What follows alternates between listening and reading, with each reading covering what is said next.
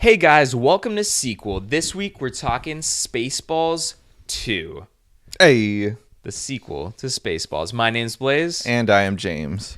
So, getting right into it, there was an animated series for Spaceballs. I never checked it out, so just take that with a grain of salt. My story has nothing to do with the animated series. Okay. Which is probably going to be better than my version of Spaceballs. So. No, you're all good. You're going in with an open mind for me because I've never seen the animated series as well. So I'm not going to judge you. But how the fuck can you not remember Barf? Add in the extended universe of Spaceballs. Yeah, exactly. So this isn't in the Spaceballs extended universe. It's just within the first film. Because I rewatched the first film, loved it. It's such a classic. I love all the scenes of them breaking the fourth wall with like yogurt, having merchandise for the film. Walk this way, take a look. We put the picture's name on everything. Merchandising, where the real money from the movie is made. Spaceballs the t-shirt. Spaceballs the coloring book. Spaceballs the lunchbox. Spaceballs the breakfast cereal.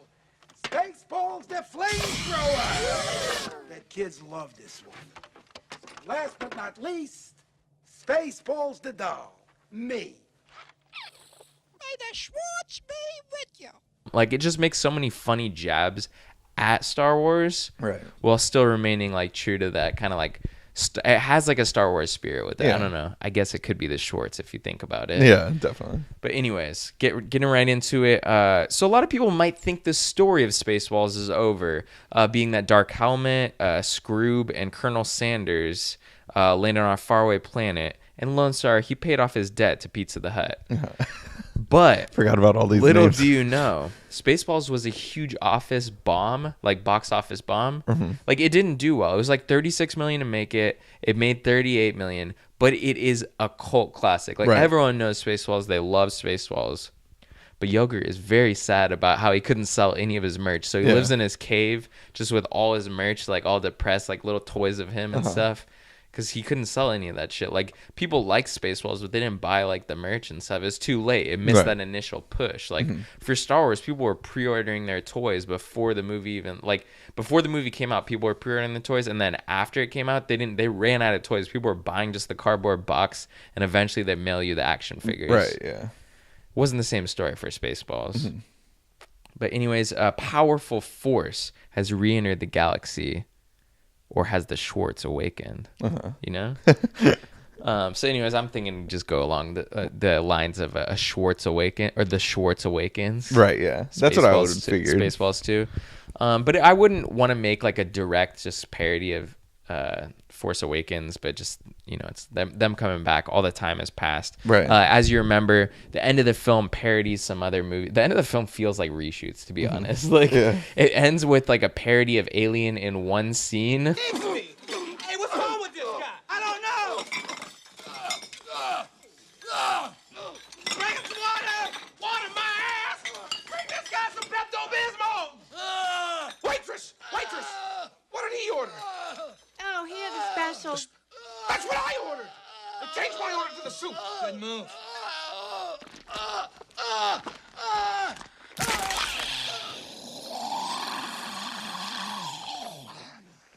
Oh, no. Not again. Yeah. And then a parody of Planet of the Apes in another scene. Right, yeah. So whether they could go attack one of those other movie ideas, like maybe, but I'm going to stick to Star Wars. Yeah. The only issue is Scroobus, Colonel Sanders, and Dark Helmet landed on the Planet of the Apes. Hey, watch my helmet. Spaceballs? Oh, shit. There goes the planet.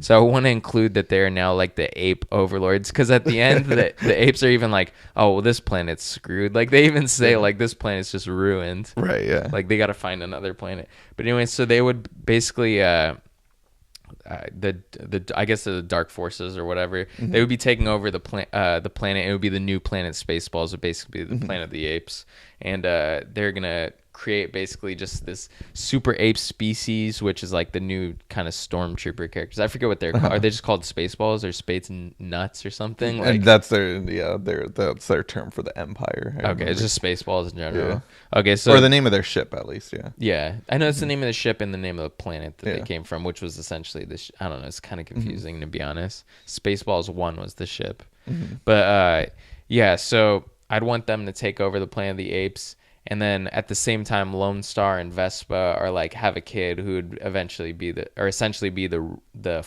thing that awakens the Schwartz. Yeah. Dude, oh my God. Oh, Rebecca, you told us earlier that you actually hate being on stage and spelling. Have you changed your mind about that now? No. They shouldn't have a B. Even though I want to. Woo! It's a lot of S's. A lot of S's and just tongue twisters. But anyways, yeah. Schwartz would be awakened. Their daughter, I don't know, it could be like May or instead of Ray or something. Oh, I see. Yeah. And then basically all the dark forces could be trying to like get her to, you know, turn her over to the dark side. The Dark Schwartz or whatever it is. I don't know. Yeah. What's a parody name for Kylo Ren? Kylo. I don't. Well, I was thinking that there would be a Kylo Ren. I was thinking of just taking advantage of like Darth Maul, just call him like Darth Chimpus, where he's actually like a chimp but with like dreads or something. I love it. Or Pinhead, like or he's Pinhead maybe, like making fun of Hellraiser too for no reason. Because I always thought Darth Maul and Hellraiser kind of look alike. But yeah, they would be like send him to scout out and find this May. Yeah. Character. But yeah, that's kind of my story. I don't know if you have any better ideas. It's just the groundwork really for a sequel to Spaceballs, specifically making fun of The Force Awakens in a way. Yeah. And I think they should just fuck it. I mean, if you're gonna make fun of The Force Awakens, just make fun of like the original Spaceballs. Literally, just make the same movie, right? Yeah. But with apes now. Yeah, you might as well. Yeah. Like I think like one of the most important things with a sequel would be to like keep pushing the quest for more money.